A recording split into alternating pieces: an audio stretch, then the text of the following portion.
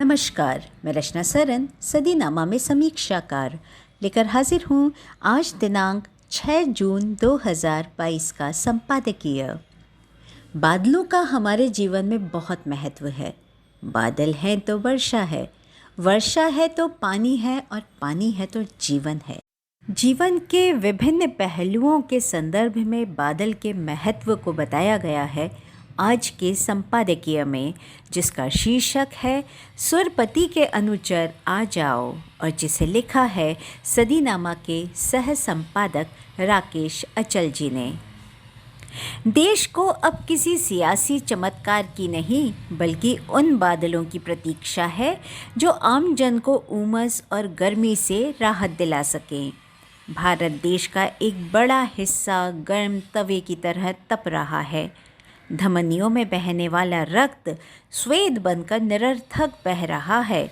इन सुरपति के अनुचर बादलों का अभी कहीं कोई अता पता नहीं है। जैसे नेताओं को जनता पर दया नहीं आती, बादलों को भी नहीं आ रही है। एक ज़माना था जब बादल साहित्यकारों के प्रिय प्रतिमान हुआ करते थे। जब कवि ने बादलों पर कविता नहीं लिखी, उसे कवि माना ही नहीं जाता था। संस्कृत में तो कालिदास ने पूरा मेघदूतम ही लिख मारा था। बादलों को दूत बनाने वाले कालिदास अमर हो गए तो कलिकाल में बाबा नागार्जुन ने भी गवाही दी थी कि उन्होंने भी बादलों को घिरते देखा है।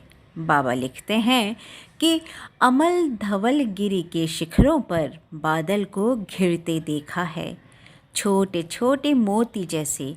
उसके शीतल तुहिन कणों को मानसरोवर के उन स्वर्णिम कमलों पर गिरते देखा है, बादलों को घिरते देखा है। बाबा से पहले सुकुमार कवि सुमित्रा नंदन पंत को बादलों ने लुभाया।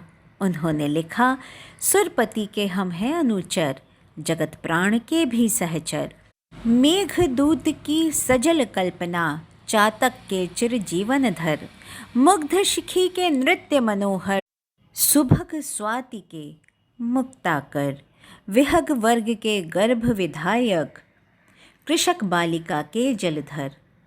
सुश्री अंजना वर्मा को स्कॉटलैंड में बादल अलग तरीके से दिखे। उन्होंने लिखा, बादलों की नावें आसमान की नीली झील में पहाड़ों के द्वीपों पर लंगर डालती हैं, पर रुकती नहीं अधिक देर तक। अथक नाविक है मेघ, ढूंढते हुए सत्य का किनारा। अपने को मिटा देगा, अपने को शून्य बना देना ही अनंत होना है। शून्यता ही मंजिल है ज्ञान की। इस संदर्भ में गोरा और बादल का जानबूझकर जिक्र नहीं कर रहा हूँ। डरता हूँ कि कहीं फिल्मों के ज़रिए इतिहास पढ़ने वाले नाराज़ ना हो जाएं। दरअसल बादल होते ही ऐसे हैं, उनके बारे में कोई भी लिखे बिना रह नहीं सकता। चाहे फिर लिखने वाले सूर्यकांत त्रिपाठी निराला हो या महादेवी वर्मा। बाल साहित्य में तो बादल खिलौनों की तरह हैं, लेकिन विज्ञान में बादलों की हैसियत हमारे समाज जैसी है। वैज्ञानिक भी बादलों को वर्गों में बांटे बैठे हैं। विज्ञान की नज़र में बादल उच्च, मध्यम और निम्न प्रकार के होते हैं। विज्ञान बादलों को वर्षा और हिमपात का स्रोत मानता है। विज्ञान के लिए बादल दूत नहीं हैं, खिलौने भी नहीं हैं। वैज्ञानिकों को बादलों में वैसी आकृतियां नहीं दिखाई देती जैसी कि बच्चों को दिखाई देती हैं। भूरा काला बादल कभी हिरण बन जाता है तो कभी हाथी, कभी चिड़िया तो कभी कुछ और। हवा में वो ऐसे तैरते हैं जैसे नदी में नाव, उड़ते ऐसे हैं जैसे विहंग दल। बादल तो बादल है, उनका क्या कहना। वैज्ञानिकों ने बादलों को पक्षाप और कपासी नाम ज़रूर दिए हैं। बादल अपनी हैसियत के हिसाब से ऊपर नीचे उड़ते हैं। उच्च बादल यदि 16,000 फुट से भी ज़्यादा ऊंचे जाकर उड़ते हैं तो मध्यम बादल उससे कम। निम्न बादल 2000 फीट के ऊपर नहीं जाते और पानी बरसाने लगते हैं, कभी रुककर तो कभी झूमकर। भारतीय फिल्मों के गीतकार बादलों और वर्षा को अपने हिसाब से इस्तेमाल करते हैं। साहिर लुधियानवी कहते हैं, 2 बूंदे सावन की, एक सागर की सीप में टपके और मोती बन जाए, दूजी गंदे जल में गिरकर अपने आप गंवाए। बादल यानी मेघ सबके लिए महत्वपूर्ण है, साहित्यकार के लिए ही नहीं, वैज्ञानिक के लिए ही नहीं, बल्कि किसान के लिए भी बादलों की अपनी महत्ता है। जेठ माह के बीतते ही आषाढ़ के पहले दिन से किसान बादलों का इंतज़ार ऐसे करता है जैसे कोई अपने प्रिय अतिथि का इंतज़ार करता है। सरकार ने तो बादलों के आने जाने पर नज़र रखने के लिए बाकायदा एक मौसम विभाग भी बना रखा है, जो बताता है कि इस बार मानसून कैसा रहेगा। यानी बादलों के आने के मौसम को मानसून कहा जाता है। मानसून के हिसाब से अर्थनीतियाँ बनती हैं, तैयारियाँ की जाती हैं, यानी बादलों की भी जासूसी की जाती है। बादल संज्ञा भी हैं, सर्वनाम भी, क्रिया भी हैं और प्रतिक्रिया भी। बादल नाम भी हैं, उपनाम भी, बादल विशेषण भी और क्रिया विशेषण भी।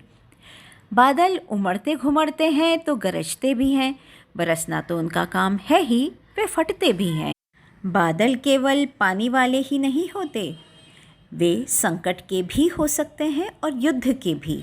यानी बादल तो बादल होते हैं, वे केवल भारत में ही नहीं, दुनिया के हर हिस्से में होते हैं और उतने ही महत्वपूर्ण होते हैं जितने हमारे यहाँ होते हैं।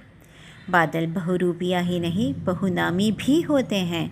मुझे ही बादलों के 1 दर्जन से अधिक नाम याद हैं, जैसे अब्र, अभ्र, घटा, घनश्याम, जिमूद, तोयद, तोयधर, पयोधर, धर, घन, वारिद, मेघमाला, मेघावली, कादम्बिनी, जलधर मेघ, जलद, पर्जन्य, जगजीवन, अम्बुद, अम्बुधर, नीरद, धराधर, वारिवाह, पयोदी, सारंग, जलचर, धराधर, नीरधर, पयोद, बलाधर, बदली, पलाहक, वारिधर, घनमाला। ये नाम तो हमने अपनी माध्यमिक कक्षाओं में बादल पर निबंध लिखने के लिए याद किए थे। मुमकिन है कि बादलों के और भी नाम हों। पंजाब में बादल गांव भी है और राजनीतिज्ञ भी। पत्रकारिता में भी बादल और बरखा दोनों मौजूद हैं। साहित्यकारों में तो बादल हैं ही, बादल घमंडी भी होते हैं। बाबा तुलसीदास ने ऐसा कहा, घन घमंड नभ गरजत घोरा। हिंदी का बादल अंग्रेज़ी में क्लाउड हो जाता है, यानी बादलों की कथा हरी कथा की तरह अनंत है। बादल स्वप्न में भी आते जाते रहते हैं। स्वप्न में बादलों का आना शुभ माना जाता है। कहते हैं सपने में बादल का दिखाई देना उन्नति होने का संकेत है। कश्मीर की कली में बादल दीवाना हो जाता है। दीवाना हुआ बादल, सावन की घटा छाई। बादलों का मौसम बरखा कहलाता है। बरखा से लोग अपनी अपनी तरह से मनुहार करते हैं। कोई कहता है कि बरखा रानी ज़रा जम के बरसो, तो कोई कहता है बरखा रानी ज़रा थम के बरसो। अर्थात बादल और बरखा का रिश्ता चोली दामन का रिश्ता है। जब एक है तभी दूसरा है। आज ऐसे ही रिश्तों की दरकार है, लेकिन ये रिश्ते घृणा के शिकार हो रहे हैं। आइए बादलों से ही कुछ सीख लें। राकेश अचल, सह संपादक।